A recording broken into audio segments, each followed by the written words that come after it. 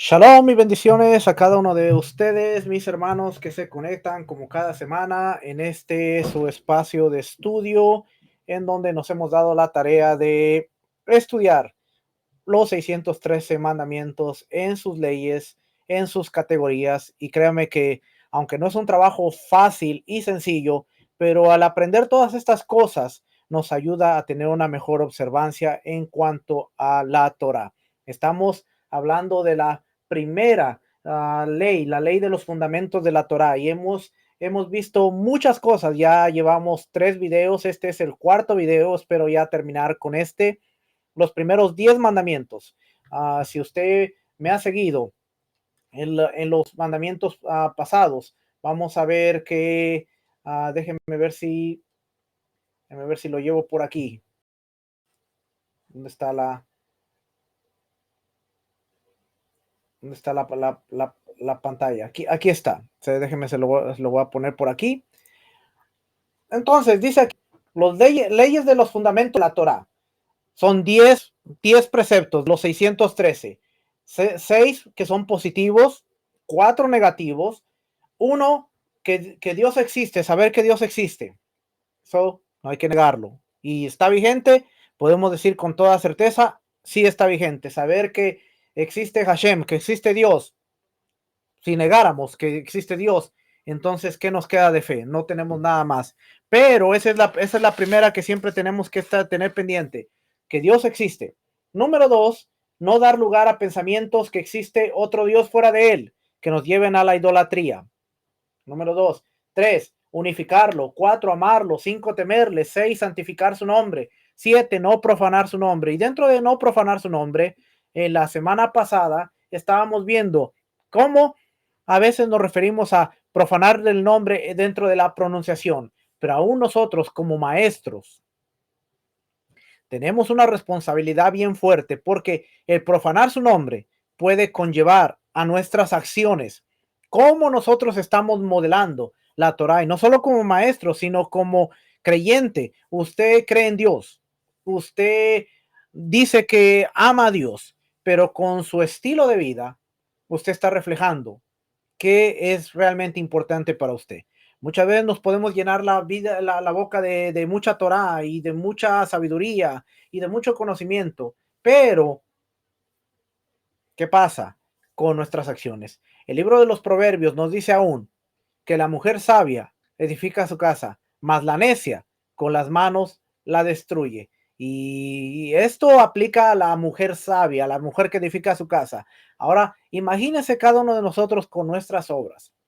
Podemos edificar castillos con nuestras palabras, castillos con nuestras enseñanzas, pero con nuestro estilo podemos destruirlo. Y Yeshua dijo, todo lo que los fariseos les digan hacer, háganlo, pero no hagan como ellos hacen, no vivan como ellos viven, porque son una bola de hipócritas, sepulcros blanqueados. Así es que eso es bien importante, el no profanar su nombre con nuestras acciones. Profanamos o honramos a Dios. 8, no destruir los objetos sagrados.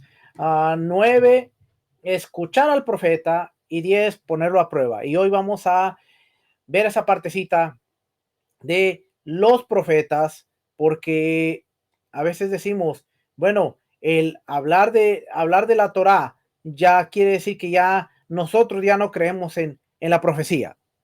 Y no es así, sino que vamos a ver qué nos dice la Mishneh Torah, qué nos dice Rambam, qué nos dice Maimónides. Y uno de los preceptos de la Torah, de los 613, es escuchar al profeta. Eso quiere decir que si nosotros creemos en la Torah, automáticamente tenemos que creer que hay profetas. Ahora, ¿cómo la Biblia define un profeta? Y cómo un sistema, un dogma, una creencia define un profeta es dos cosas muy diferentes, porque yo puedo tener una definición bíblica de lo que un profeta es y yo puedo tener una definición dogmática, sistemática de lo que un profeta es.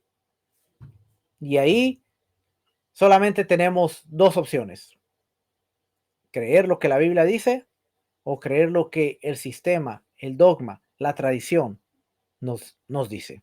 Hoy hay muchos profetas por ahí y yo no le voy a decir si todos son falsos, todos son verdaderos. Yo, es más, yo no le voy a decir quién es un profeta verdadero, quién es un profeta falso. Yo no le voy a decir todo eso. Yo le voy a decir qué es lo que podemos aprender a través de Mishneh Torah, a través de la escritura. Y ese es nuestro trabajo. Nuestro trabajo es ser educadores. Mi trabajo no está aquí, no es para pararme frente a usted y decir, yo estoy bien, usted está mal.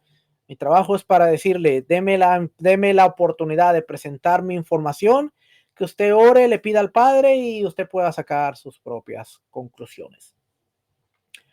Así es que el capítulo 7 de este libro dice, ¿quién recibe el don de la profecía?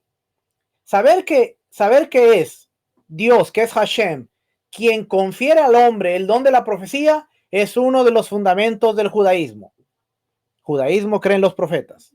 Ahora, ellos creen que Dios le da el don de la profecía al hombre. La profecía recae, y aquí es donde vamos a ver ciertas diferencias, porque la profecía recae solo sobre el sabio de gran entendimiento y de fuertes rasgos de carácter, de modo que no es dominado por su instinto en nada, sino a la inversa. Siempre lo domina con sus facultades mentales y con su mente sumamente amplia y muy recta. ¿Quién es un profeta? Aquel que aquel que logra dominar. Y déjeme buscar algo aquí. Déjeme buscar algo aquí interesante, porque esto es lo que cree el judaísmo, pero usted dirá, no, pero nosotros estamos en la época del Nuevo Testamento. Ahora, fíjese, aquí dice, la profecía recae solo en el sabio de gran entendimiento y de fuertes rasgos de carácter, de modo que no es dominado por su instinto en nada. Un profeta de Dios, es una persona que tiene un temple, no es dominado por sus instintos en nada, sino a la inversa, siempre lo domina con sus facultades mentales y con una mente amplia y muy recta. No, hermano, es que, pastor, pero usted me está leyendo un libro judío. Voy a leer, le voy a leer un libro cristiano. Primera de Corintios capítulo 14. Seguir el amor y procurar los dones espirituales, pero sobre todo que profeticéis, porque el que habla en lenguas no habla a los hombres sino a Dios, pues nadie le entiende, aunque el espíritu habla misterios. Pero el que profetiza habla a los hombres para edificación, exhortación y consolación. El que habla en lengua extraña a sí mismo se edifica, pero el que profetiza edifica a la iglesia. Así que quisiera que todos vosotros hablaseis en lenguas, pero más que profetizases, porque mayor es el que profetiza que el que habla en lenguas, a no ser que las interprete para que la iglesia reciba edificación. Ahora pues, hermanos, si yo voy a vosotros hablando en lenguas, ¿qué os aprovechará si no os hablaré con revelación, o con ciencia, o con profecía, o con doctrina? Ciertamente las cosas inanimadas que producen sonidos como la flauta o la cítara, si no dieren distinción de voces, ¿cómo se sabrá lo que se toca con la flauta o con la cítara? Si la trompeta diere sonido incierto, ¿quién se preparará para la batalla? Así también vosotros, si por la lengua no dieres palabra bien comprensible, ¿cómo se entenderá lo que decéis? Porque hablaréis al aire. Tantas clases de idiomas hay seguramente en el mundo y ninguno de ellos carece de significado. Pero si yo ignoro el valor de las palabras, seré como extranjero para el que habla y el que habla será como extranjero para mí. Así que también vosotros, pues, ¿qué anheláis? Dones espirituales, procurar abundar en ellos para edificación de la iglesia. Por lo cual, el que habla en lengua extraña, pida en oración poder interpretarla. Porque si yo oro en lengua desconocida, mi espíritu ora, pero mi entendimiento queda sin fruto. ¿Qué pues? Oraré con el espíritu, pero oraré también con el entendimiento. Cantaré con el espíritu, pero cantaré también con el entendimiento. Porque si bendecís solo con el espíritu, el que ocupa lugar de simple oyente, ¿cómo dirá amén a tu acción de gracias? Pues no sabéis lo que ha dicho, porque tú a la verdad bien das gracias, pero el otro no es edificado. Doy gracias a Dios que hablo en lenguas más que todos vosotros, pero la iglesia prefiere hablar 5 palabras con entendimiento para enseñar también a otros que 10,000 palabras en lengua desconocida. Hermanos, no seáis niños en el modo de pensar, sino sed niños en la malicia, pero maduros en la forma de pensar. En la ley está escrito, en otras lenguas y con otros labios hablaré a este pueblo y aún así me oirán, dice el Señor. Así que las lenguas son por señal, no a los creyentes, sino a los incrédulos. Oiga bien lo que dice, porque aquí dice, las lenguas no son para los creyentes. Ay, hermanito, hablen lenguas. Bueno, Pablo dijo que las lenguas no son para las lenguas son por señal, no a los creyentes, sino a los incrédulos. Pero la profecía no es a los incrédulos, sino a los creyentes. Si pues toda la iglesia se reúne en un solo lugar y todos hablan en lenguas y entran indoctos o incrédulos, no dirán que estáis locos, pero si todos profetizan y entra algún incrédulo o indocto, por todos es convencido, por todos es juzgado, lo oculto del corazón se hace manifiesto y así, postrándose sobre el rostro, adorará a Dios, declarando que verdaderamente Dios está entre vosotros. ¿Qué pues? ¿Qué hay pues, hermanos? Cuando os reunir, cada uno de vosotros tiene salmo, tiene doctrina, tiene lengua, tiene revelación, tiene interpretación, hágase todo para la edificación. Si habla alguno en lengua extraña, sea esto por 2 o a lo más 3 y por turno y un intérprete. Y si no hay intérprete, calle en la iglesia y hable para sí mismo y para Dios. Asimismo, los profetas, le leí todo esto para que usted vea que Pablo está trayendo una corrección. Lo mismo que le estaba leyendo en el documento, que usted puede decir, bueno, pero eso es un documento judío. Bueno, ahora le estoy trayendo la carta de Pablo. Dice, versículo 29. Asimismo, los profetas hablen 2 o 3 y los demás juzguen. Si algo le fuere revelado a otro por que estuviese sentado, calle el primero, porque podéis profetizar todos, uno por uno, para que todos aprendan y todos sean exhortados. Y los espíritus de los profetas están sujetos a los profetas, pues Dios no es Dios de confusión, sino de paz. Y esto no lo dice un libro judío, lo dice Pablo. Que el espíritu de profecía tiene orden y se hace en orden y se hace con orden. Pero a veces queremos armar un show y un espectáculo. Seguimos. Así es que, dice aquí, la profecía recae solo en el sabio de gran entendimiento y de fuertes rasgos de carácter, que de modo que no es dominado por su instinto en nada, sino a la inversa. Siempre lo domina el espíritu de profecía, lo domina con sus facultades mentales y con mente sumamente amplia y muy recta. El que posea dichas características y un cuerpo íntegro, sano, cuando ingrese al Pardes, que es la profundidad de Dios, del secreto del carruaje divino y del secreto de la creación, los secretos de Dios, y curse aquellos temas importantes y sublimes y tenga el entendimiento adecuado para entenderlos y captarlos, se santificará.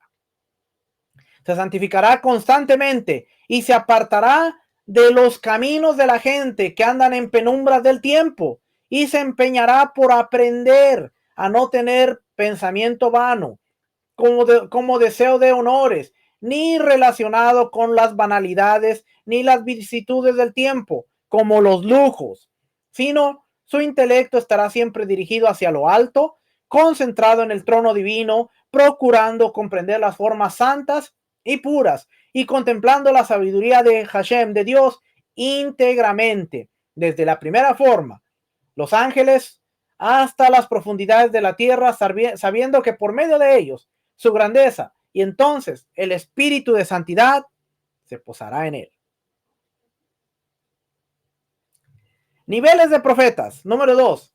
Hay varios niveles de profetas, así como en sabiduría hay sabios más grandes que otros. También en profecía hay jerarquías de profetas. Los profetas, todos los profetas visualizan la profecía solo por medio de sueños, en visiones nocturnas o durante el día, luego de conciliar el sueño, como expone. Me daré a conocer a él, en sueño hablaré con él. Números 12:6. Todos, al profetizar, sus miembros les tiemblan, su fuerza corporal se debilita y sus pensamientos, fuera de la profecía, se perturban. Y así, la mente queda libre para entender la visión que contempla, como expone sobre Abraham. Y así, un pavor intensamente oscuro se apoderó de él. Génesis 15:12. Estaba viendo la visión de las llamas. Y como se expone sobre Daniel, mi esplendor se convirtió en palidez y no retuve fuerza alguna. Estaba recibiendo una profecía, Daniel 18. Es decir, no tuvo fuerza para pensar en otra cosa fuera de la profecía. Profecía a modo de metáfora. Los temas que se le comunican al profeta en la visión profética se transmiten como alegoría y de inmediato la interpretación de esta alegoría le queda grabada en el corazón y así conoce el sentido, como la escalera que vio el patriarca Jacob con los ángeles que subían y bajaban, Génesis 28:12, lo cual fue una alegoría sobre los reinados y su sumisión, como los Hayot, los ángeles que vio Ezequiel 1:10, la olla hirviente y la rama de almendro que vio Jeremías y Jeremías, Jeremías 1:11 y 1:13, la Megilá, el pergamino que vio Ezequiel 2:9, la efa, la media de un volumen que vislumbró Zacarías 5:6, son alegorías. Y lo mismo con respecto a los demás profetas. Algunos transmiten la metáfora y su interpretación, como los mencionados. Otros transmiten solo la interpretación y a veces solo la alegoría sin la interpretación, como algunas profecías de Ezequiel, Zacarías, pero en todos los casos visualizan las profecías a modo de alegorías y enigmas. Hasta este punto usted está viendo que los grandes profetas bíblicos, Ezequiel, Zacarías, Jeremías, están viendo la profecía de modo de alegoría. Dios le habló a través de una alegoría. Ningún profeta se levantó y dijo, Dios me habló audiblemente y Dios me dijo. Fue una alegoría, fue una visión, fue un sueño. Muy poca gente, óigalo bien, yo no estoy diciendo que no, pero muy poca gente ha logrado escuchar la voz audible de Dios. Y no todo el tiempo, y no todas las veces. Así es que ese Dios me habló, Dios me dijo, debemos recapacitar cada vez que lo mencionemos. ¿Realmente Dios te habló? ¿Realmente Dios te dijo? Porque hoy es muy fácil decir, Dios me habló, Dios me dijo. Y el mismo Jeremías, dentro de su profecía, dice, muchos dicen, Dios me habló, Dios me dijo, cuando Dios no ha dicho nada. Es que usted está viviendo aquí, dice, muchos tuvieron alegorías, muchos tuvieron metáforas, pero tenía la interpretación, así es que Dios les hablaba. A través de una olla hirviendo había un mensaje, a través de la rama de almendro había un mensaje, a través de un pergamino había un mensaje. Podemos ver las cosas hermosas de Dios a través de eso. Los profetas no profetizan en cualquier momento que lo deseen, sino han de concentrarse estar alegres, de buen humor y recluirse, pues la profecía no reposa en estado de tristeza ni de pereza, sino solo con alegría. Y eso es porque los aspirantes a la profecía, o literalmente lo que se conoce como los hijos de los profetas, tenían arpas, tambores, flautas, liras, que cuando procuraban la profecía. Ese es el significado de estaban profetizando, de Samuel capítulo 1, primera de Samuel 10:5. Ellos estaban con los instrumentos, cantando, alabando, estaban profetizando. Estaban siguiendo la senda de preparación para la profecía hasta poder recibir visiones proféticas.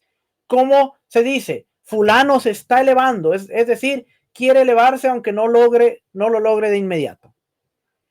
Quienes aspiran a profetizar por primera vez son denominados hijos de los profetas. Por más que se concentren y tomen los pasos necesarios para profetizar, puede suceder que la Shejinah, la gloria de Dios, la presencia divina, repose sobre ellos y puede ser que no.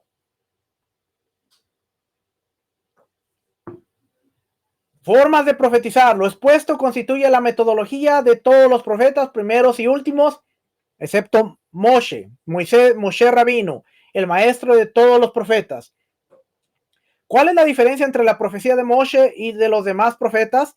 Todos los profetas profetizaban en sueños o visiones, en tanto Moshe Rabino profetizaba despierto y de pie, como expone el libro de Números 7:89, cuando dice: cuando Moshe entraba en la tienda del encuentro para hablar con él, escuchaba la voz que se comunicaba con él. Todos los profetas profetizaban por medio de un ángel, y por ello sus visiones eran a modo de alegorías y enigmas. Pero Moshe Rabino, o Moisés, no profetizaba por medio de ángel, como expone Números 12 o versículo 8. Con él hablo boca a boca. Y también Hashem hablaba con Moshe cara a cara, Éxodo 33:11. Y de modo que vea una imagen certera de Hashem, de Dios, Números 12:8. Es decir, Moshe no percibía una alegoría, sino contemplaba la profecía claramente, sin enigmas ni metáforas. La Torá da testimonio de ello en visiones perfectamente nítidas y no en formas enigmáticas. Números 12:8. Es decir, no profetizaba por medio de enigmas, sino visualizaba visiones claras. Ningún profeta podía profetizar en cualquier momento que lo desease, excepto Moshe Rabino. Cuando él lo deseaba, se investía el Ruach HaKodesh, el espíritu de santidad, en él, y la profecía se le revelaba. Él no necesitaba concentrarse ni prepararse y esperar que le surgiesen las visiones proféticas, pues estaba siempre concentrado y preparado, como los ángeles serviciales. Por ello profetizaba cuando quería, como expone Números 9:8. Quédense, voy a escuchar qué ordena Hashem respecto a ustedes. Pero él tenía la revelación de Dios en todo tiempo y en todo momento. Bien interesante, ¿ok? Si es que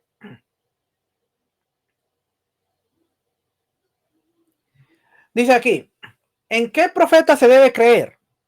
Es posible que la profecía del profeta sea solo para sí mismo, para ampliar su mente, incrementar su comprensión, a fin de saber lo que no sabía acerca de aquellos temas importantes.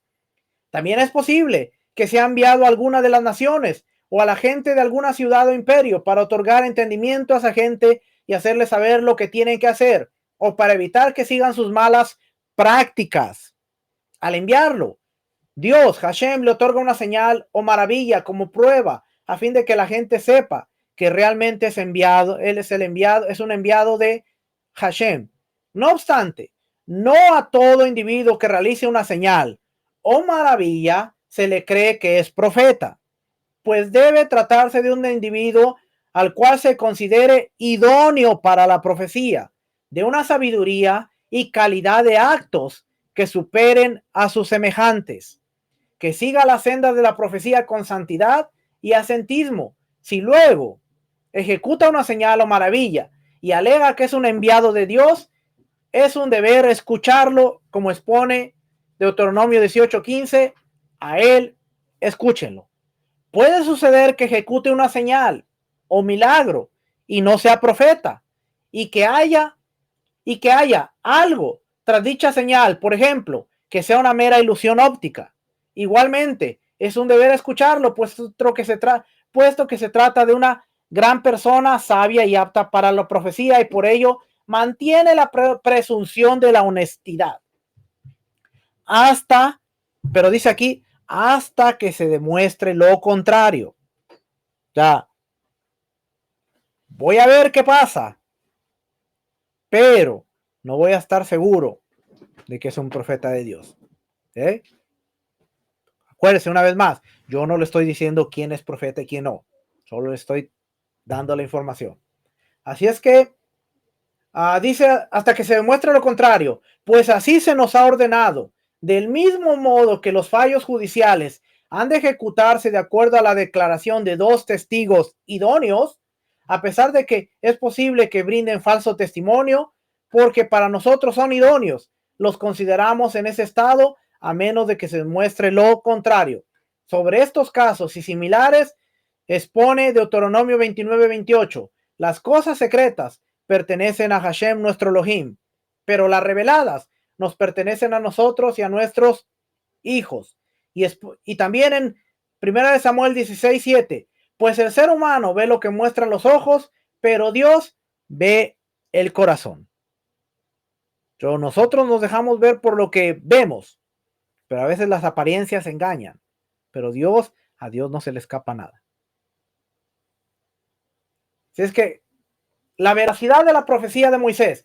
En cuanto a Moshe Rabino, los israelitas no creyeron en él solo por las señales maravillosas que ejecutó, pues el que cree en un profeta solo en virtud de los milagros que presente, le quedan dudas en su corazón, pues puede ser que hizo la señal por medio de hechicería y brujería. Yo sé que a mucha gente no le gusta que se hable de estos temas, pero mano, no todo lo que sucede es de Dios. Déjame seguir, ¿ok? Más bien, todas las señales que ejecutó Moshe en el desierto las hizo por necesidad y no para probar su don profético. Moisés no le andaba probando nada a nadie. Era necesidad.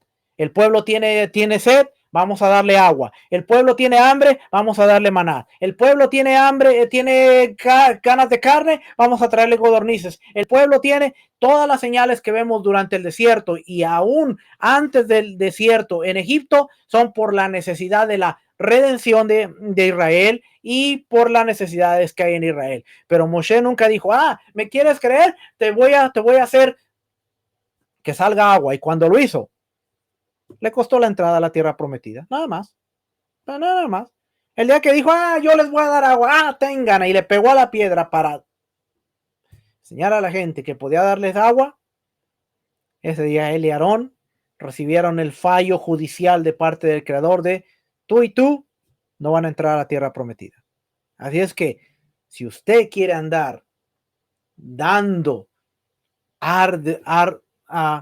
ardes de sus milagros, maravillas y de lo que sucede a su alrededor para provecho propio y para su testimonio, ahí tiene usted la respuesta. ¿Okay? Más bien, todas las señales que ejecutó Moshe en el desierto las hizo por necesidad y no para probar su don profético. Cuando hubo necesidad de hundir a los egipcios, partió el mar rojo y los ahogó. Cuando tuvieron necesidad de alimento, hizo descender el maná. Cuando hubo sed, partió la roca y emergió el agua. Cuando el grupo de Korah de Coré negó su autoridad, fueron tragados por la tierra, y lo mismo con las demás señales que ejecutó Moshe. ¿Qué causó que creyeran en él? La entrega de la Torah. Que es que un profeta con señales que no tenga Torah y que no viva Torah. La entrega de la Torah en el monte Sinaí fue lo que indujo a que creyeran en Moshe. Cuando nuestros propios ojos vieron y no los de un extraño, cuando nuestros propios oídos oyeron y no los de otros, el fuego, las voces, los truenos, los relámpagos, y él, Moshe, ingresó a las tinieblas y la voz divina le dijo, y nosotros oímos, Moshe, Moshe, ve y diles tal cosa. Y así lo dice, cara a cara habló Hashem con ustedes, Deuteronomio 5:4. Y también, no hizo el pacto solo con nuestros padres, sino con nosotros y con todos nosotros que hoy estamos vivos, Deuteronomio 5:3. ¿De dónde se aprende que la entrega de la Torá en el monte Sinaí por sí solo es la prueba irrefutable de la verdad de la profecía de Moisés, de Moshe, del versículo? Yo vendré hacia ti en una espesa nube para que el pueblo escuche mientras yo hablo contigo, y así creerán también en ti para siempre. Éxodo 19:9. O sea, antes de eso, los israelitas no creían en Moisés con fe eterna, sino con fe que daba lugar a reflexiones e inquietudes. Resulta que aquellos que Moshe fue enviado, los israelitas, son testigos de la veracidad de su profecía, por lo que no precisa ejecutar señal alguna para ellos, pues tanto ellos como él lo saben por igual y se comparan a dos testigos que vieron juntos el mismo hecho, donde cada uno sirve como testigo de que el otro está diciendo la verdad y ninguno precisa de ninguna prueba adicional para sustentar la posición del otro. Asimismo, respecto de Moshe Rabino, todos los israelitas fueron testigos de su condición de profeta luego de la entrega de la Torá en el monte Sinaí, por lo que no precisó ejecutar otra señal para ellos. Vamos a ver para acá. Resulta que todo profeta que se presente después de Moshe Rabino no se cree en él solo por sus señales, al punto que digamos, si ejecuta algún milagro, escuchemos todo lo que él diga, sino porque es un precepto que nos ordenó Moshe en la Torá, quien dijo, si hace una señal, escúchenlo, tal como se nos ha ordenado, sentenciar basándonos en dos testigos, siguiendo el procedimiento adecuado para tratar de asegurar que dicen la verdad, a pesar de que no sepamos si su testimonio es verídico o falso. De igual modo, debemos escuchar a este profeta, por más que no sepamos si su señal es cierta o producto de la brujería o hechicería. O sea, usted puede escucharlo, pero tenemos que poner a prueba su testimonio, no por el milagro, no por la señal, sino por el estilo de vida que esta persona está llevando. Y hoy en día tenemos mucha gente que puede obrar en un don profético sin necesariamente ser un profeta. Y un don profético te va a traer una revelación, pero después de traerte una revelación, de decirte dónde naciste, cómo se llaman tus papás y de alguna manera decirte cosas que solo tú conoces, y después estarse comiendo una chuletota de puerco con extra tocino y no importarle nada a la Torah. So, ahí es donde tú tienes que decir, ¿fue una revelación que Dios quería hablarme por medio de esta persona? ¿O yo empiezo a decir a esta persona, oh, este es un profeta de Dios? Porque ahí es donde tenemos que ver. Un don profético. Tú vas por la calle y de repente un borracho, un drogadicto, se levanta y te da, dice, oh, tú naciste en tal lugar, en tal lugar, en tal, y tú de repente dices, bueno, y tú, era Dios que estaba usando un vaso para transmitirte un mensaje, pero esa persona es profeta. No, pero te trajo un mensaje. ¿Balaam era un profeta de Dios? No, pero les trajo un mensaje a los israelitas, porque fue un vaso que Dios usó sin necesariamente tener o ser un profeta. Aunque él tiene un diálogo con Yahweh, con Dios, y aunque él está hablando y Dios le está contestando y él está respondiendo, eso no quiere decir que ese hombre era un profeta. Pero dice, escúchalo. Si tú viste una señal y esta persona hizo una señal, escúchalo. Pero inmediatamente empieza a pesar a través de los testigos. Y no hay testigo más fiel y certero que la palabra. ¿Y cómo yo voy a pesar esa palabra a través de la Biblia? Voy a empezar a ver su forma de ser, su forma de caminar, su forma de vivir. Porque si es una persona que no le importa en nada la Torá, entonces yo voy a tener mis dudas. Voy a empezar a levantar las antenitas como el chapulín colorado y empezar a decir, espérame, tremendo milagro hizo, pero ahora yo tengo que estar pesando si fue un vaso en el momento o fue un profeta. Y no es que cuando tú estudias empiezas a negar que no hay profetas, pero ahora tú empiezas a tener las herramientas para no dejarte manipular, no dejarte engañar, no dejarte embobar y ser más certero. Padre, tú me quieres hablar, ok, yo agarro la Biblia y tú me vas a dar un tremendo mensaje a través de la Biblia. Así es que dice aquí, por consiguiente, si se presenta un profeta que ejecuta grandes señales y milagros y nos pide negar la profecía de Moshe Rabino, que es la Torá, no se le escucha, pues el hecho que pretenda negar la profecía de Moshe nos asegura que aquellos milagros los ejecutó por medio de hechicería y brujería y no por su don profético, porque la veracidad de la profecía de Moisés no se basa en señales como para compararlas unas con otras y evaluar qué señal es más impresionante. Pues no es que creemos en Moshe por los meros milagros que haya ejecutado, sino por el don profético de Moshe. Lo vimos con nuestros propios ojos y lo oímos con nuestros propios oídos, tal como Moshe mismo. Por lo tanto, ninguna señal de ningún profeta tiene el poder de invalidar la profecía de Moshe. Y cuando decimos la profecía de Moshe, está diciendo la Torah. Y es que ninguna señal de un profeta tiene el poder para invalidar la profecía de Moshe. Y déjeme hacer una aclaración, porque yo sé que es necesario. No necesariamente tiene que ser por brujería y hechicería, ¿ok? Porque se utiliza la fórmula de un nombre. Y la escritura nos enseña que Dios le ha dado a Yeshua, al Mesías, un nombre que es sobre todo nombre, ante el cual toda rodilla se doblará y toda lengua confesará que Él es el Señor. Por lo tanto, cuando uno ora por una persona en el nombre de Jesús, en el nombre de Yeshua, en el cielo se está escuchando una petición a través de los méritos de Yeshua.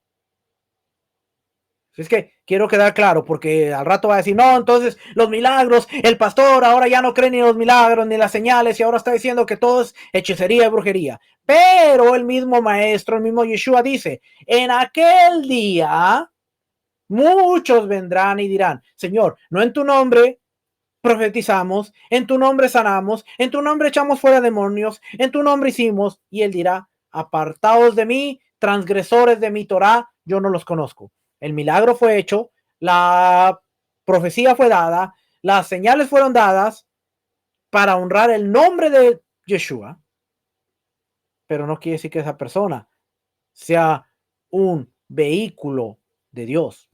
Fue un vaso en el momento, pero hasta ahí.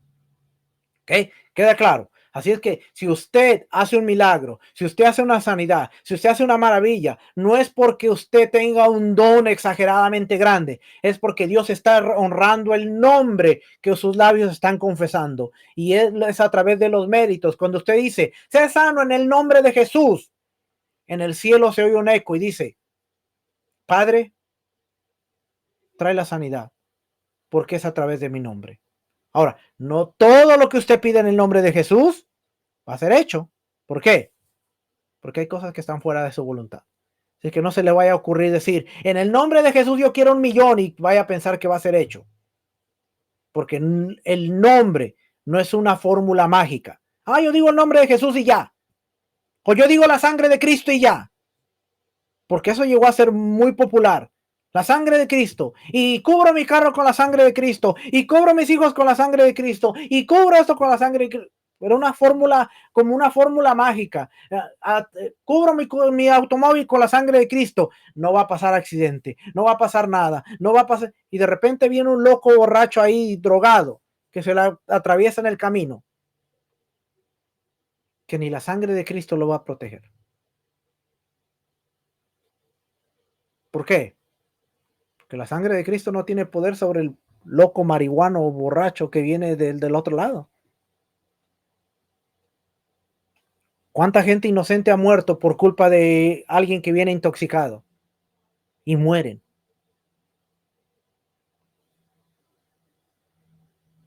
Pero a veces tomamos la vía fácil. O una fórmula, la sangre de Cristo, y vámonos con la sangre de Cristo. O el nombre de Jesús y todo el nombre de Jesús. Y a veces le agregamos para que sea más explosivo. Le agregamos ahí el nombre poderoso de Jesús para que amarre bien.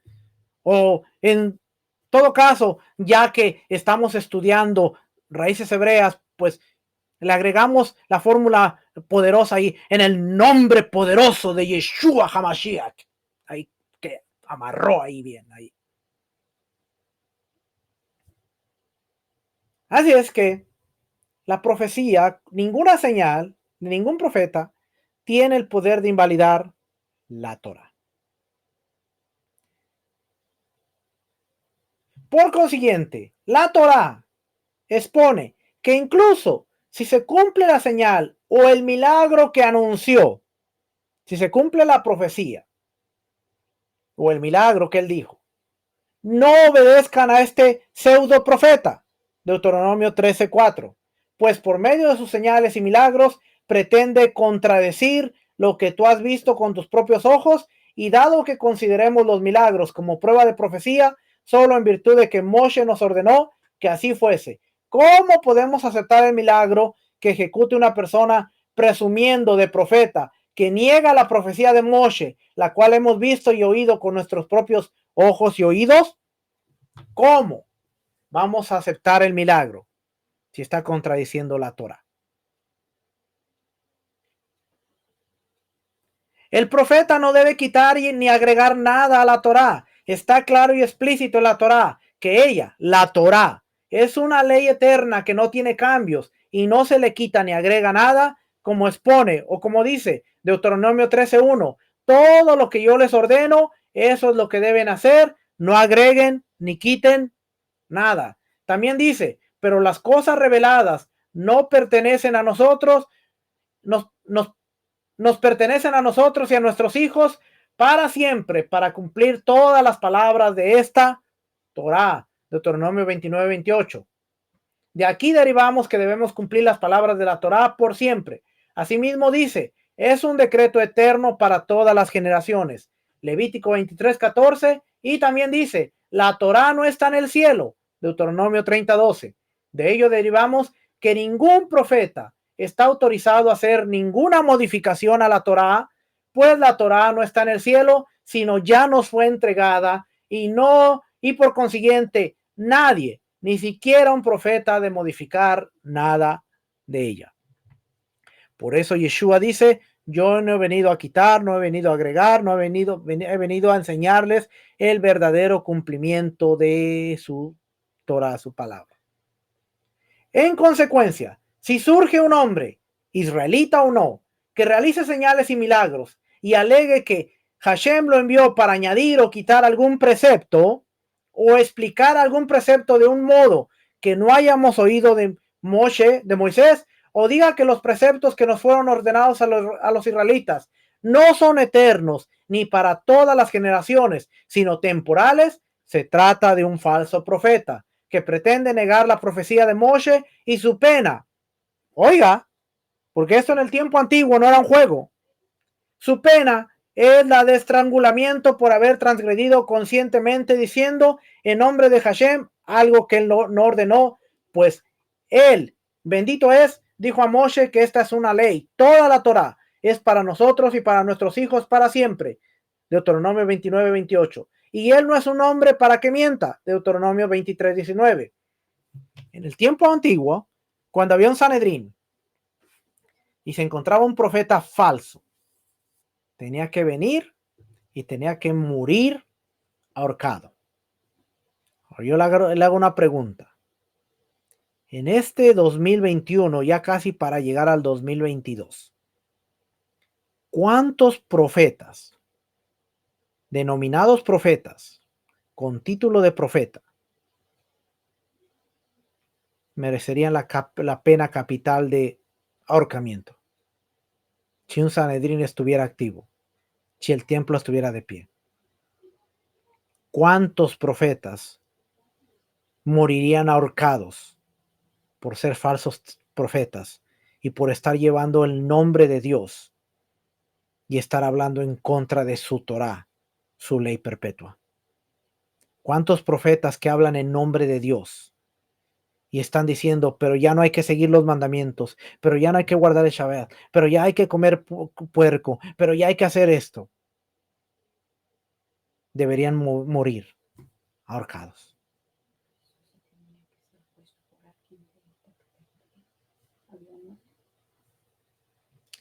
Entonces, ¿por qué expone la Torá? Les designaré un profeta entre sus hermanos. Deuteronomio 18:18. Si la Torá es eterna y los profetas no pueden agregar ni quitar nada de ella, ¿cuál sería la función de los profetas? El profeta no viene a instituir una religión, sino a instruir sobre la Torá y advertir al pueblo de no transgredirla, como expone el último de ellos, Malaquías, Malají, el último de los profetas.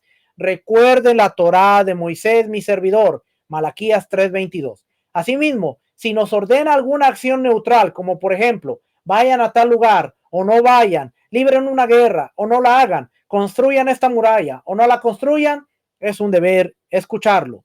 El que transgrede sus palabras es merecedor de la muerte a manos del cielo. Como expone, el que no obedezca mis palabras que el profeta transmita en mi nombre, yo mismo le pediré cuentas de ello. Pero mire, está hablando de construir una muralla, no vayan a la guerra, no hagan esto, pero no está hablando de transgredir los mandamientos, por lo tanto tenemos la obligación de escucharlo. Así también, el profeta que transgrede sus propias palabras y el profeta que oculte su profecía son merecedores de muerte a manos del cielo. Como dice el versículo respecto a los tres citados, le haré rendir cuentas por ellos, Deuteronomio 18:19. En el caso de que un profeta cuya autenticidad haya sido comprobada diga que transgredamos momentáneamente uno o varios preceptos de la Torá, ya sean leves o graves, es un deber escucharlo. Tratado de Yevamot 90b. Y así aprendimos de los sabios anteriores a través de la tradición. En todos los casos que el profeta ordene transgrede la Torá, como Eliyahu en el monte Carmel, se debe escucharlo, excepto en lo relativo a la idolatría. Esto es válido siempre y cuando la orden sea temporal, como Eliyahu en el monte Carmel, cuando ofreció sacrificio fuera del gran templo, a pesar de que solo en Jerusalén había sido designada para el fin, y quien ofrendara fuera del gran templo era pasible de la pena de muerte. Elías está trayendo un sacrificio en el monte Carmelo, no en Jerusalén, y ellos, los sabios, deducen que fue una transgresión a los mandamientos de la Torá, pero era para que el pueblo se acercara y entendiera que Dios era el único Dios y que se iba a revelar en el altar hecho en el monte Carmel, pero no estaba transgrediendo la Torá, no estaba yendo en contra de la Torá, simplemente estaba haciendo algo para despertar la conciencia del pueblo. ¿Ok? Vamos a señales de un profeta genuino, capítulo 10. Todo profeta que se presente y diga que Hashem lo ha enviado no precisa hacer señal como las de Moshe Rabino o como las de Eliyahu, como las de Elías, en las cuales se produjo un cambio en la naturaleza del mundo, sino la señal de su condición de profeta será que prediga hechos que sucederán en el futuro y que si de hecho suceden, confirmará sus palabras como expone Deuteronomio 18:21. Cuando te preguntes, ¿cómo podremos reconocer al profeta? Por lo tanto, si se presenta un individuo adecuado para la profecía en el nombre de Dios y no viene para agregar ni para quitar ninguno de los preceptos de la Torá, sino para servir a Hashem con los preceptos de la Torá, no debemos decirle, parte el mar o revive un muerto para que creamos en ti, sino le decimos, si eres un profeta, dinos hechos que sucederán en el futuro. Él predice y nosotros esperamos a que suceda o no lo que predijo. Si incluso un pequeño detalle de lo que haya dicho no se cumple, sabremos que se trata de un falso profeta. Si se cumple toda su predicción, será ante nosotros fidedigno. ¿Cuántas veces se debe probar al profeta? Se le pone a prueba varias veces, al menos 3. Si todas sus palabras resultan ser ciertas, se trata de un verdadero profeta, como se dice acerca de Samuel. Y todo Israel supo, de Dan a Beersheba, que Samuel era fidedigno como profeta de Dios. ¿Ves? Samuel fue puesto a prueba. Primera de Samuel, capítulo 3, versículo 20. Diferencia entre adivinos y profetas. Siendo que los astrólogos y adivinos predicen el futuro, ¿cuál es la diferencia entre los profetas y ellos? Los astrólogos, adivinos y similares, algunas de sus predicciones se cumplen y otras no. Como se dice, que se presenten y te salven los astrólogos, los contempladores de estrellas y los adivinos de lo que vendrá sobre ti. Isaías 47:13. De lo que vendrá en vez de todo lo que vendrá. Es decir, solo predicen parte del futuro. También puede suceder que no se cumpla nada de lo que predigan, sino que se equivoquen en todo. Como también dice, él frustra las señales de los magos y enloquece a los adivinos. Isaías 44:25. En cambio, todas las palabras del profeta se cumplen, como dice, pues nada de la palabra de Hashem caerá en tierra. Segunda de Reyes, capítulo 10, versículo 10. Y también dice, el profeta que tenga un sueño lo relatará, y el que tenga mi palabra la dirá con fidelidad. ¿Qué relación tiene la paja con el trigo? Dice Hashem, Jeremías 23:28. Es decir, las palabras de los adivinos y de los sueños son como paja en la que se mezcló un poco de trigo, en tanto que la palabra de Hashem es como el trigo puro, totalmente libre de paja. Acerca de ello, la escritura asegura y dice, sobre lo mismo que los astrólogos y adivinos informan a sus pueblos decepcionándolos, porque lo que dicen no se cumple. El profeta les hará saber a ustedes la verdad y por ende no precisan astrólogos ni adivinos, como se dice, que ninguno de ustedes pase a su hijo o su hija por el fuego. Era una práctica de idolatría. Ni practiquen adivinación, pues esos pueblos, sino Hashem pondrá un profeta de entre ti, de tus hermanos. Deuteronomio 18, versículo 10, 14 y 15.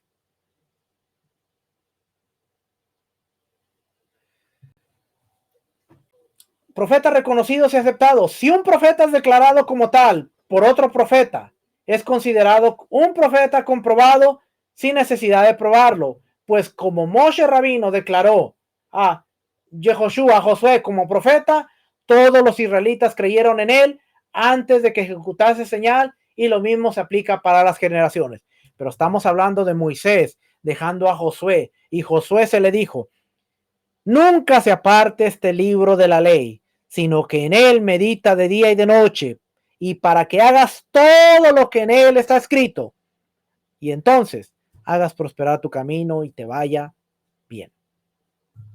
Un profeta que hizo pública su profecía y sus palabras fueron corroboradas una y otra vez, o que haya sido declarado profeta por otro profeta y sigue la senda de la profecía, está prohibido sospechar o reflexionar que tal vez su profecía no es cierta.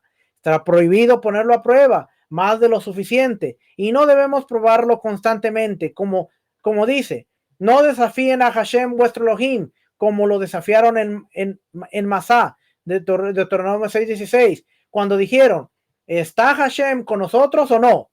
Éxodo 17:7. Más bien, una vez que se sabe que es un profeta, que confíen en él y que sepan que Hashem está entre ellos y que no sospechen ni duden de su profecía, como dice, sabrán que ha habido profeta entre ellos. Ezequiel 2:5. Las relativas al carácter. Este ya es el último. Leyes relativas al carácter. Ya es la segunda parte. Terminamos. ¿Okay? So, aquí ya son 11 mandamientos de las leyes relativas al carácter. Y vamos a hablar de que hay 11 mandamientos. 5 positivos y 6 negativos. Pero ya con esto de el profeta cerramos. Así es que solo para terminar una vez más, que ya llevo casi una hora, si es que vamos bien.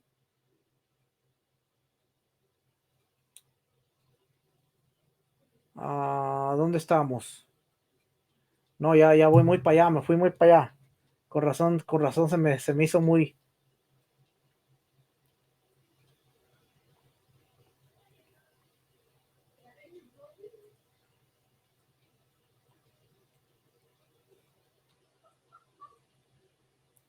Déjeme ir a...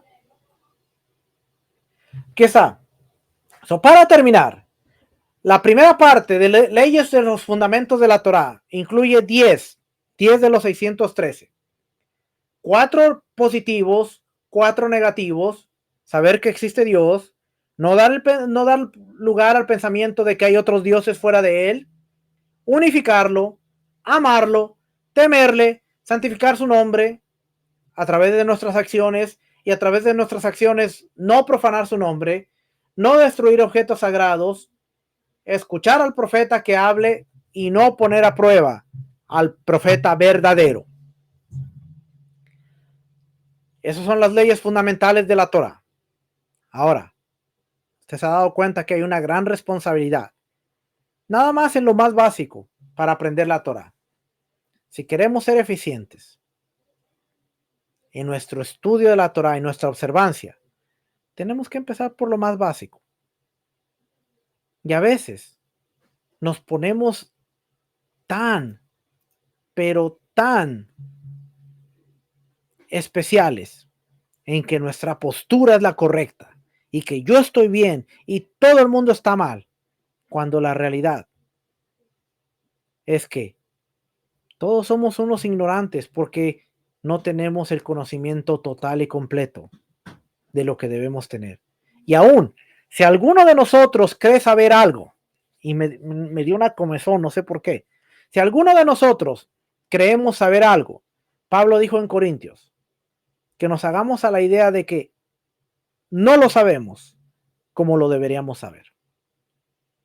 Nos hace falta mucho por aprender, mucho por mejorar y mucho por crecer. Pero familia, espero que a través de estos estudios sigamos creciendo, sigamos avanzando. Hoy, yo no vine a decirle quién es un profeta verdadero, quién es un profeta falso. Hoy no vine a decirle, hoy en día sí hay profetas, hoy en día no hay profetas.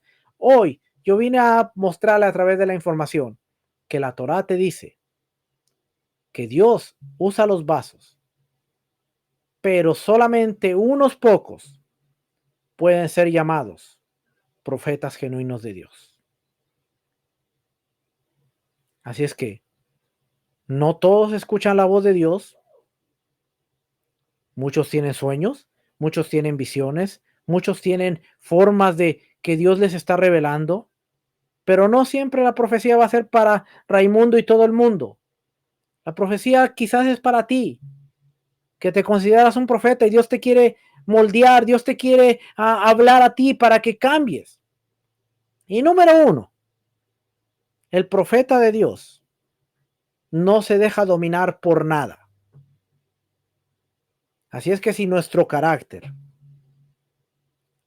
tristeza, odio, rencor, avaricia, coraje, puede más que nuestro dominio propio, tenemos que recapacitar, porque el profeta es una persona que domina todos los ámbitos y toda su atmósfera y no se deja dominar por ninguno de ellos. Por eso cuando Elías corrió al monte a esconderse a la cueva, porque estaba atemorizado, porque lo había tomado el espíritu de temor, lo había tomado el espíritu de celo. Señor, a tus profetas han dado muerte, no queda nadie, solo quedo yo. Y el padre le dice, no, allá, yo tengo 7,000 allá. Si tú quieres, levántate y sigue adelante porque tu tarea no ha terminado. De ti depende seguirte aquí en la cueva quejándote y llorando o darle para adelante. Pero no me vengas a salir con que tú eres el único porque yo tengo 7,000. ¿Tú quieres morir en la cueva? Ándale, muérete. Yo levanto uno de esos 7,000 que continúe con tu asignación. Elías tomó fuerza y dijo, bueno, si es así la cosa, pues seguimos. No somos la última Coca-Cola del desierto. El Señor tiene gente y mejor y más capacitada que muchos de nosotros. Así es que cuando creamos que nosotros somos lo mejor que puede ocurrir, pensemos que siempre hay alguien mejor que nosotros. Así es que familia, espero que haya sido de bendición, espero que haya ayudado en algo. No me crea a mí, le di un montón de pasajes, le di un montón de versículos. Para el video, regréselo, vuélvalo a leer, vuélvalo a revisar, tome sus propias conclusiones.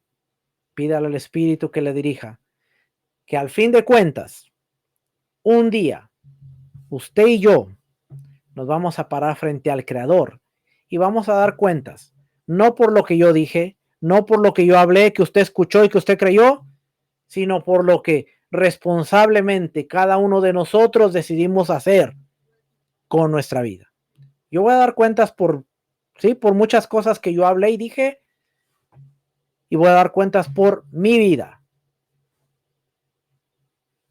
Y usted va a dar cuentas por las decisiones que usted quiera tomar y la manera que usted quiera vivir.